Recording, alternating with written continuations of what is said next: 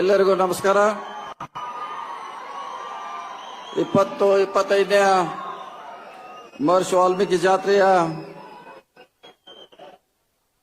ಸಮಾರಂಭದ ದಿವ್ಯ ಸಾನ್ನಿಧ್ಯ ವಹಿಸಿರುವಂತ ಪರಮ ಪೂಜ್ಯ ಪ್ರಸನ್ನಾನಂದ ಮಹಾಸ್ವಾಮೀಜಿ ಅವರ ಪಾದಗಳಿಗೆ ನಮಸ್ಕರಿಸಿ, ಕಾರ್ಯಕ್ರಮದ ಉದ್ಘಾಟಕರು ತಮ್ಮೆಲ್ಲರ ಹಿರಿಯರು, ಗೃಹ ಸಚಿವರಾದ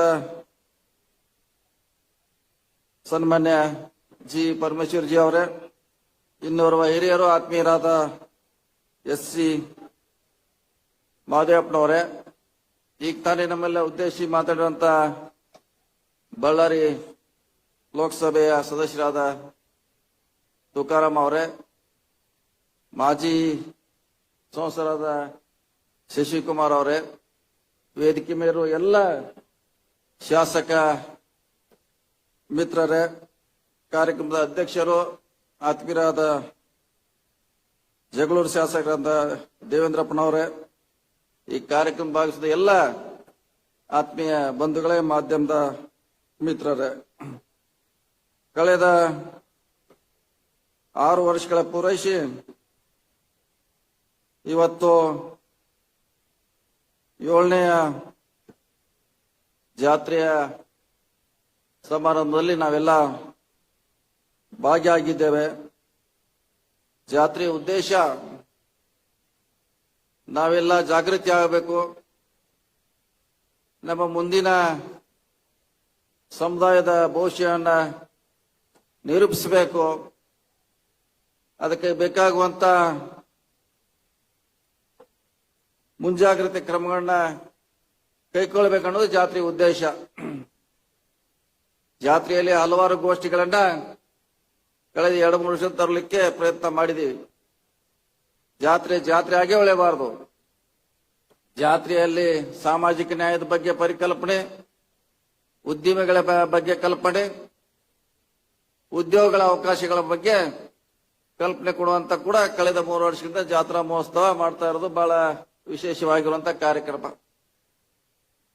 ಈ 3 ವಲಯಗಳಿಂದ ಸಮಾಜದಲ್ಲಿ ಸಾಮಾಜಿಕ ನ್ಯಾಯ, ಆರ್ಥಿಕ ಸಬಲತೆ, ಸರ್ಕಾರಿ ನೌಕರಿಗಳಲ್ಲಿ ನಮ್ಮ ಪ್ರಾಮುಖ್ಯತೆಯನ್ನು ತೋರಿಸುವಂತ ಕಾರ್ಯಕ್ರಮ ಕೂಡ ಆಗಬೇಕಂದ್ರೆ ನಮ್ಮ ಆಶೆ ಆಗಿತ್ತು. ಅದು ಫಲ ಕೊಡಬೇಕಾದ್ರೆ ಇನ್ನೂ ಹಲವಾರು ದಶಕಗಳ ಅವಶ್ಯಕತೆ ಇದೆ, ವರ್ಷಗಳ ಅವಶ್ಯಕತೆ ಇದೆ. ಈಗ ತಾನೇ ನಮ್ಮ ತುಕಾರಾಮ್ ಅವರು ಹೇಳಿದಂಗೆ, ನಮ್ಮ ಅಧ್ಯಕ್ಷರು ಹೇಳಿದಂಗೆ, ಬ್ಯಾಕ್ಲಾಗ್ ಹುದ್ದೆಗಳನ್ನ ಸುಮಾರು ವರ್ಷಗಳಿಂದ ಬಾಕಿ ಇದೆ SC/ST ಗಳಿಗೆ. ಅದು ತುಂಬುವಂತ ಕಾರ್ಯಕ್ರಮ ನಮ್ಮ ಸರ್ಕಾರದಲ್ಲೇ ಆಗ್ಬೇಕು, ನಮ್ಮ ಅವಧಿಯಲ್ಲೇ ಆಗ್ಬೇಕದು. 28 ಒಳಗಡೆ ಆ ನ್ಯಾಯ ಕೊಡಿಸುವಂತ ಪ್ರಯತ್ನ ನಾವೆಲ್ಲರೂ ಪ್ರಾಮಾಣಿಕ ಪ್ರಯತ್ನ ಮಾಡಿದ್ರೆ ಕೆಲವರಿಗಾದ್ರೂ ಅವರ ಭವಿಷ್ಯವನ್ನು ಕಟ್ಟಿಕೊಳ್ಳಿಕ್ಕೆ ಸಹಾಯಕ ಸಹಕಾರ ಆಗ್ತದೆ ಅನ್ನೋ ಮಾತನ್ನ ಈ ಸಂದರ್ಭದಲ್ಲಿ ಹೇಳಿಕೆ ವ್ಯಕ್ತ ಮಾಡ್ತಾ, ಇನ್ನು ಉದ್ಯಮಿಗಳ ಆಗ್ಬೇಕು, ತಾವೆಲ್ಲ ಉದ್ಯೋಗಗಳಾಗಿ ಹೋಗಬಾರ್ದು, ಉದ್ದಿಮೆಯಾಗಿ ತಾವು ಕೂಡ ಉದ್ದಿಮೆ ನೌಕರಿ ಕೊಡುವಂತ ಸ್ಥಾನದಲ್ಲಿ ಇರಬೇಕಂತ ಕಲ್ಪನೆಯಿಂದ 13-18 ಸಿದ್ದರಾಮಯ್ಯ ಸರ್ಕಾರದಲ್ಲಿ ಬಹಳಷ್ಟು KDB ಲ್ಯಾಂಡ್ ಪಡಿಲಿಕ್ಕೆ ಸುಮಾರು 75% ಸಬ್ಸಿಡಿ ಕೊಟ್ಟು ಭೂಮಿ ಖರೀದಿ ಮಾಡುವಂತ ಇರಬಹುದು.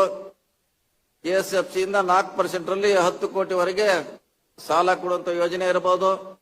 ಇಂಥ 10 ಹಲವಾರು ಯೋಜನೆಗಳನ್ನ ನಮ್ಮ ಸರ್ಕಾರ ನಿರೂಪಿಸಿದೆ. ಕಾರಣ ನೀವು ಕೂಡ ಉದ್ಯಮದರಾಗಬೇಕು. ಡಾಕ್ಟರ್ ಬಾಬಾ ಸಾಹೇಬ್ ಅಂಬೇಡ್ಕರ್ ಹೇಳಿದಂಗೆ, ನನ್ನ ಜನಾಂಗ ಬೇಡುಗಳ ಕೈ ಆಗಬಾರ್ದು, ಕೊಡುಗಳ ಕೈ ಆಗ್ಬೇಕಂತ ಹೇಳಿದ್ರು ಅವರು. ಆ ನಿಟ್ಟಿನಲ್ಲಿ ನಮ್ಮ ಸಮಾಜ ಚಿಂತನೆ ಮಾಡ್ಬೇಕು. ನಾವು ಕೂಡ ಕೊಡುಗಳ ದಾನಿಗಳಾಗಬೇಕನ್ನೋ ಬಾಬಾ ಸಾಹೇಬ್ ಅಂಬೇಡ್ಕರ್ ಅವರ ಕಲ್ಪನೆ, ಅದು ನಡೆಸಾಗಬೇಕಾದ್ರೆ ನೀವೆಲ್ಲ ಮುಂದೆ ಬರ್ಬೇಕನ್ನೋ ಮಾತನ್ನ ಈ ಸಂದರ್ಭ ಹೇಳಿಕೆ ಇಚ್ಛೆನ ವ್ಯಕ್ತ ಮಾಡ್ತಾ, ಹಲವಾರು ಮಠ ಬಂದ ಮೇಲೆ, ಈ ಜಾತ್ರೆ ಪ್ರಾರಂಭ ಆದ್ಮೇಲೆ ಬಹಳಷ್ಟು ಸಮಾಜದಲ್ಲಿ ಪರಿವರ್ತನೆ ಗಾಳಿ ಪರ್ವ ಬೀಸ್ತಾ ಇದೆ. ಅದು ಕಾರ್ಯರೂಪಕ್ಕೆ ಬರ್ಬೇಕಾದ್ರೆ ಇನ್ನೂ ಸಮಯ ಬೇಕಾಗ್ತದೆ. ಒಂದೇ ಸಾರಿ ಎಲ್ಲ ನಾವು ಪಡಿಲಿಕ್ಕೆ ಆಗೋಲ್ಲ, ಯಾಕೆ 4000 ವರ್ಷದಿಂದ ಕಳ್ಕೊಂಡಿದ್ದೀವಿ. ಈಗ 70 ವರ್ಷಗಳಲ್ಲಿ ನಾವು ಪಡೆಯುವಂತ ಕೆಲಸ ಮಾಡ್ತಿದ್ವಿ. ಡಾಕ್ಟರ್ ಬಾಬಾ ಸಾಹೇಬ್ ಅಂಬೇಡ್ಕರ್ ಸಂವಿಧಾನ ಬಂದ ಮೇಲೆ ನಾವೆಲ್ಲ ಉದ್ಯೋಗಗಳಲ್ಲಿ, ರಾಜಕೀಯದಲ್ಲಿ, ಆರ್ಥಿಕ ಹಣಕಾಸು ಪಡೀಲಿಕ್ಕೆ ಸಾಧ್ಯ ಆಗಿದೆ. ಇನ್ನು ಸ್ವಲ್ಪ ಸಮಯ ಬಂದ್ಮ್ಯಾಗ ಖಂಡಿತವಾಗಿ ನಾವು ಕೂಡ ಮುಂಚಿನ ಇಲ್ಲಿ ಬರ್ತೀವಿ ಅನ್ನೋ ವಿಶ್ವಾಸ ನನಗಿದೆ ಅನ್ನೋ ಮಾತನ್ನ ಈ ಸಂದರ್ಭದಲ್ಲಿ ಹೇಳುತ್ತಾ, ವಿಶೇಷವಾಗಿ ಸ್ವಾಮೀಜಿಯವರ ಪ್ರಯತ್ನದಿಂದ, ಹಿಂದಿನ ಸ್ವಾಮೀಜಿ ಅವರು ಮತ್ತು ಈಗಿನ ಸ್ವಾಮೀಜಿ ಅವರ ಪ್ರಯತ್ನದಿಂದ ಈ ಸಮಾಜವನ್ನ ರಾಜ್ಯದಲ್ಲಿ ಕಟ್ಟುವಂತ ಪ್ರಯತ್ನ ಅವ್ರಿಗೆ ಆಗಿದೆ. ಆ ಶ್ರೇಯಸ್ ಎಲ್ಲ ಕೂಡ ಇಬ್ಬರು ಸ್ವಾಮೀಜಿ ಅವರಿಗೆ ಹೋಗ್ತದೆ ಅನ್ನೋ ಮಾತನ್ನು ಕೂಡ ನನಗೆ ಹೇಳಲಿಕ್ಕೆ ಹೆಮ್ಮೆ ಆಗ್ತಾ ಇದೆ. ಯಾಕಂದ್ರೆ ನಮ್ಮ ದೇವೇಂದ್ರಪ್ಪನವ್ರು ಹೇಳ್ದಂಗೆ ಸುಮಾರು 150 ದಿವಸಕ್ಕೂ ಹೆಚ್ಚಿಗೆ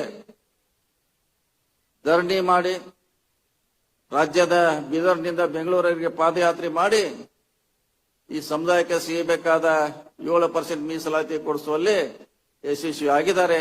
ಹೀಗಾಗಿ ಅವರ ಪಾತ್ರ ಬಹಳಷ್ಟಿದೆ ಅಂತ ಕೂಡ ನಾವು ಇವತ್ತ ಮನಗಣಬೇಕಾಗಿದೆ, ಹೆಮ್ಮೆ ಕೂಡ ಪಡಿಬೇಕಾಗಿದೆ. ಒಂದೊಂದು ಸಾರಿ ಸ್ವಾಮೀಜಿಯವರ ನೇತೃತ್ವ ಬಹಳ ಅವಶ್ಯಕತೆ ಇದೆ. ಸಮಾಜಕ್ಕೆ ಬೇಕಾಗಿರುವಂತ ಸರ್ಕಾರದಿಂದ ಸೌಲಭ್ಯ ಪಡೀಲಿಕ್ಕೆ ಸ್ವಾಮೀಜಿಯವರ ನೇತೃತ್ವ ಬಹಳ ಅವಶ್ಯಕತೆ ಇದೆ. ತಮ್ಮೆಲ್ಲ ಆಶೀರ್ವಾದದಿಂದ ಇವತ್ತು ವಿಶೇಷವಾಗಿ ಈ ಸಮುದಾಯ ಗಟ್ಟಿ ಆಗಿದೆ. ಅದರ ಹಕ್ಕ ಕೇಳುವಂತ ಒಂದು ಮಟ್ಟಕ್ಕೆ ಅದು ಖಂಡಿತವಾಗಿ ಬಂದಿದೆ. ಇನ್ನೊಂದು ಸ್ವಲ್ಪ ಗಟ್ಟಿಯ ಅವಶ್ಯಕತೆ ಇದೆ ಅನ್ನೋ ಮಾತನ್ನ ಈ ಸಂದರ್ಭದಲ್ಲಿ ಹೇಳುತ್ತಾ, ಬೆಳಗ್ಗೆಯಿಂದ ಸುಮಾರು ಜನ ಬೇರೆ ಬೇರೆ ಪಕ್ಷದವರು, ನಮ್ಮ ಪಕ್ಷದವರು ತಮ್ಮದೇ ಅಂತ ಭಾಷಣ, ತಮ್ಮದೇ ಅಂತ ಅಭಿಪ್ರಾಯ, ತಮ್ಮದೇ ಅಂತ ಅನುಭವಗಳನ್ನ ಹೇಳುವಂತ ಪ್ರಯತ್ನ ಮಾಡಿದ್ದಾರೆ. ಅವ್ರು ಏನೇ ಭಾಷಣ ಮಾಡಿದ್ರು ಕೂಡ ಅದು ಅವ್ರ ಪಕ್ಷಕ್ಕೆ ಸೀಮಿತವಾಗಿರ್ಬೋದು ಅಥವಾ ಅವರ ವೈಯಕ್ತಿಕವಾಗಿ ಇರ್ಬೋದು. ಆದ್ರೆ ಇಲ್ಲಿ ಬಂದಿರುವಂತ ಜನತೆ ತಮಗೆ ಯಾವ್ದು ಬೇಕನ್ನೋದು ಅಷ್ಟು ಮಾತ್ರ ಹಿಡ್ಕೋಬೇಕು. ನೀವು ಎಲ್ಲ ಹಿಡ್ಕೊಳ್ಳಿಕ್ಕೆ ಆಗೋಲ್ಲ. ನಿಮಗೆ ಯಾವ್ದು ಬೇಕೋ ಅಷ್ಟು ಮಾತ್ರ ಹಿಡಿಬೇಕು. ಎಲ್ಲ ಹಿಡಿದ್ರೆ ಎಲ್ಲ ಹಿಡ್ಕೊಳ್ಳಿಕ್ಕೆ ಹೋದ್ರೆ ಯಶಸ್ವಿ ಆಗೋಲ್ಲ. ಯಾವ್ದು ನಮ್ಮನ್ನ ಸ್ವಾಭಿಮಾನತ ಒಯ್ತದೆ, ನಾವು ಕೂಡ ಸಾಮಾಜಿಕವಾಗಿ ಪ್ರಬಲರಾಗ್ತೇವೆ, ಆರ್ಥಿಕವಾಗಿ ಸಬಲೀಕರಣ ಆಗ್ತದೆ ಅನ್ನೋದು ಮಾತ್ರ ಇವತ್ತು ಕಂಡುಹಿಡಿಬೇಕಾಗಿದೆ. ಅದನ್ನ ಮಾತ್ರ ತಾವು ಮನೆಗೆ ಒಯ್ಬೇಕು. ಇಲ್ಲಿ ಆಗಿರುವಂತ ಎಲ್ಲಾ ಭಾಷೆಗಳನ್ನು ಕೂಡ ತಮ್ಮ ಮನೆಗೆ ಒಯ್ದ ಅವಶ್ಯಕತೆ ಇಲ್ಲ. ನಿಮ್ಮ ಪ್ರಗತಿ, ನಿಮ್ಮ ಶಿಕ್ಷಣ, ನಮಗೆ ಯಾರು ಶತಮಾನಗಳಿಂದ ಶಿಕ್ಷಣದಿಂದ ವಂಚಿತರು ಮಾಡಿದ್ರು, ಯಾರು ನಮ್ಮನ್ನ ಆರ್ಥಿಕತೆಯಿಂದ ದೂರ ಇಟ್ಟಿದ್ರು, ಈ ವೇದಿಕೆ ಮೂಲಕ ಅದನ್ನು ಕೂಡ ಇವತ್ತು ಚರ್ಚೆ ಬಹಳ ಅವಶ್ಯಕತೆ ಇದೆ. ಅದಕ್ಕಾಗಿ ನಮ್ಮ ಸಂವಿಧಾನದಿಂದ ನಾವು ಕೂಡ ಮುಖ್ಯವಾಣಿಗೆ ಬಂದಿದ್ದೇವೆ. ಇನ್ನೊಂದು ಸ್ವಲ್ಪ ಸಂಘರ್ಷ ಆದ್ರೆ ಖಂಡಿತವಾಗಿ ನಮ್ಮ ಗುರಿಯನ್ನ ನಾವು ಮುಟ್ತೀವಿ ಅನ್ನೋ ಮಾತನ್ನ ಈ ಸಂದರ್ಭದಲ್ಲಿ ಹೇಳುತ್ತಾ, ಈ ಜಾತ್ರೆ ಬಹಳಷ್ಟು ಸಮಾಜದಲ್ಲಿ ಪರಿವರ್ತನೆ ಆಗಲಿಕ್ಕೆ ಸಹಕಾರಿಯಾಗಿದೆ ಅನ್ನೋ ಮಾತನ್ನ ಈ ಸಂದರ್ಭ ಹೇಳುತ್ತಾ, ಸಿದ್ದರಾಮಯ್ಯ ಸರ್ಕಾರದಲ್ಲಿ ಇನ್ನೂ ನಮಗೆ ಬಹಳಷ್ಟು ಕೆಲಸ ಆಗಬೇಕಾಗಿದೆ.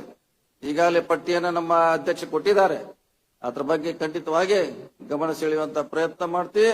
ಎಲ್ಲರ ಒಗ್ಗಟ್ಟಾಗಿ ಅದನ್ನ ತಲುಪಿಸುವಂತ ಸಮುದಾಯಕ್ಕೆ ಪ್ರಾಮಾಣಿಕ ಪ್ರಯತ್ನ ಮಾಡ್ತೀವಿ ಅನ್ನೋ ಮಾತನ್ನ ಹೇಳುತ್ತಾ, ನಿಮ್ಮೆಲ್ಲರ ಪ್ರೀತಿ ಆಶೀರ್ವಾದ ಈ ಮಠದ ಮೇಲೆ ಇರಲಿ.